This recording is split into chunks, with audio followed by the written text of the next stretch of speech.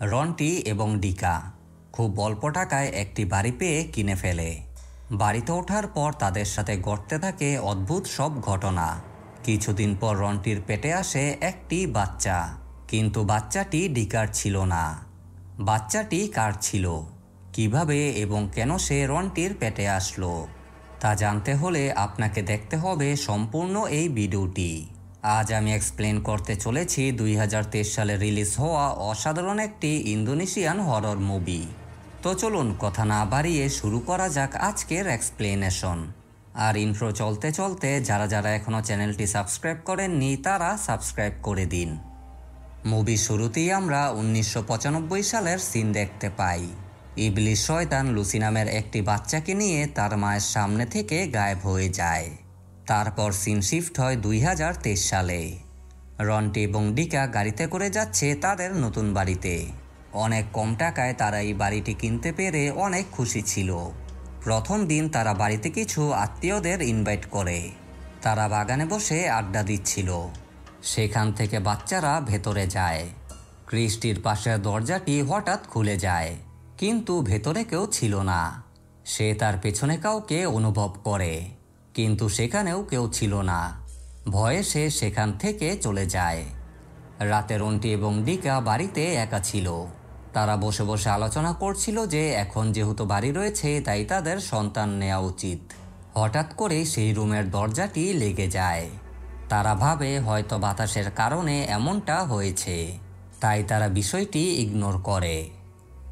রন্টি বাথরুমে গোসল করছিল। হঠাৎ করেই সে অদ্ভুত কিছু আওয়াজ শুনতে পায়। আয়নায় তার পেছনে দেখতে পায় একটি মেয়েকে। সে ভয়ে চিৎকার করে ওঠে, কিন্তু ডিকা তার কথা বিশ্বাস করে না। সে ভাবে রন্টি হয়তোবা স্বপ্ন দেখেছে।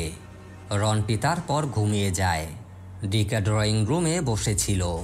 হঠাৎ করেই বাইরে কেউ হেঁটে যায়। ডিকা বাইরে এসে দেখতে পায় একটি কালো বিড়াল, আর রন্টির সামনে উদয় হয় সেই শয়তান।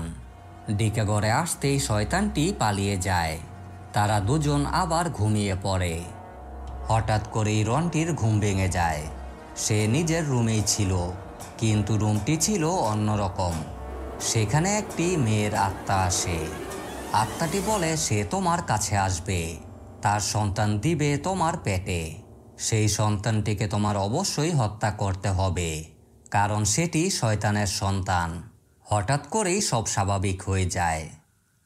পরদিন ডিকা তার অফিসে যায়। সেখানে লুসি আসে তার সহকারী হিসেবে, কারণ আজ রাতে তাদের একটি মিটিং রয়েছে। এদিকে রন্টি বাড়িতে একা ছিল। সে বাইরে একটি মানুষকে দেখতে পায়। তখন ডিকা তাকে মেসেজ করে আজ রাতে তার বাড়িতে ফিরতে দেরি হবে। লোকটি ততক্ষণে চলে যায়। রাতে হঠাৎ করে জানালাটি খুলে যায়। সে তা বন্ধ করতে গেলে নিচে দেখতে পায় সেই আত্মাটিকে। তখনই ঘরে আসে ডিকা। ডিকা তার সাথে মিলিত হয়। একটু পর ডিকা গাড়ি নিয়ে বাড়িতে আসে। বাইরে ছিল একটি কালো বিড়াল। ঘরে যেতেই সে দেখতে পায় রন্টি ঘুমিয়ে রয়েছে। অর্থাৎ একটু আগে যে তার সাথে মিলিত হয়েছিল সে ডিকা ছিল না, সে ছিল অন্য কেউ। পরদিন ডিকা অফিসে যেতেই সেখানে আসে দার্মি তাদের বাড়িতে এসেছে কাজের জন্য। যেহেতু তাদের কাজের লোকের দরকার ছিল তাই রন্টি দার্মিকে রেখে দেয়। রাতে রন্টি ডিকার সাথে কথা বলছিল। তখন দার্মি বাড়ির বাইরে যায়। তার সামনে আসে সেই শয়তান। দার্মি বলে আমার জীবন থাকতে আমি এই বাচ্চাটিকে মরতে দিব না। এভাবেই কেটে যায় বেশ কিছুদিন। রন্টি ডিকাকে জানায় সে প্রেগন্যান্ট, কিন্তু ডিকা অবাক হয়ে যায়, কারণ সে রন্টির সাথে মিলিত হয়নি। এই বিষয়টি নিয়ে তাদের মাঝে মনমালিন্য শুরু হয়। এভাবেই কেটে যায় আরও কিছুদিন। দার্মি সবসময় রন্টির খেয়াল রাখে, তাকে মানসিকভাবে সান্ত্বনা দেয়। এমনই একদিন হঠাৎ করেই জানালা খুলে যায়। দার্মি যায় তা বন্ধ করতে। বাইরে ছিল সেই আত্মাটি। দার্মি বলে সে অনেক শক্তিশালী, তুমি তার সাথে পারবে না। এটি বলে জানালাটি বন্ধ করে দেয়। তারপর রন্টিকে ঘরে এনে শুইয়ে দেয়। সেখানে আসে সেই শয়তান। দার্মি বলে আমি তার খেয়াল রাখব। তারপর আমরা একটি ফ্ল্যাশব্যাক দেখতে পাই। সেই মেয়েটি হাতে একটি চাকু নিয়ে দার্মিকে বলছিল আমি তাকে মেরে ফেলব।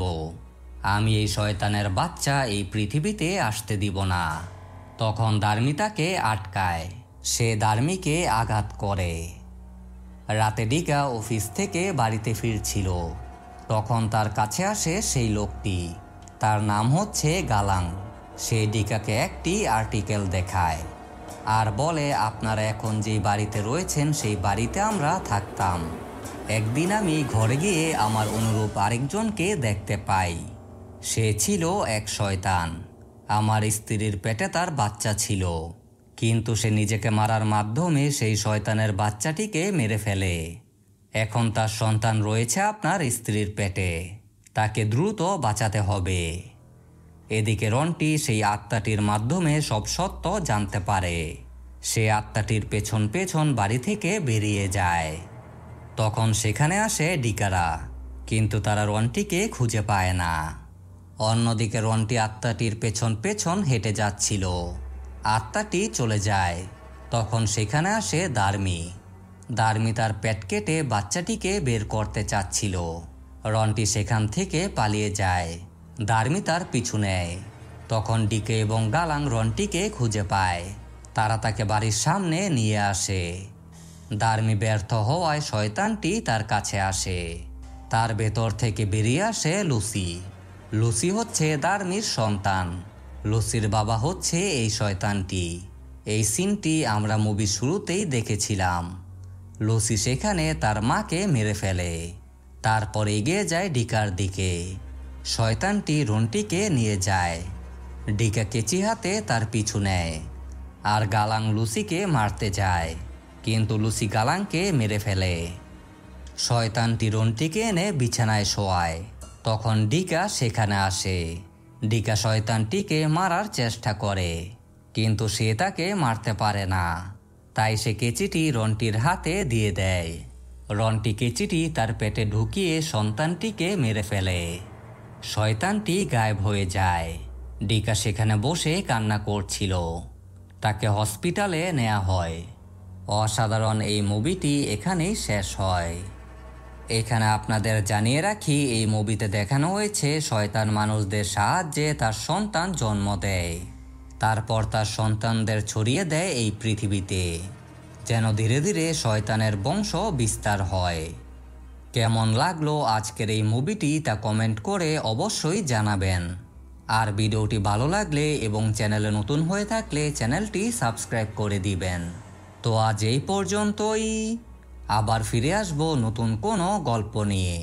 ততদিনের জন্য সবাই ভালো থাকবেন, সুস্থ থাকবেন। আল্লাহ হাফেজ।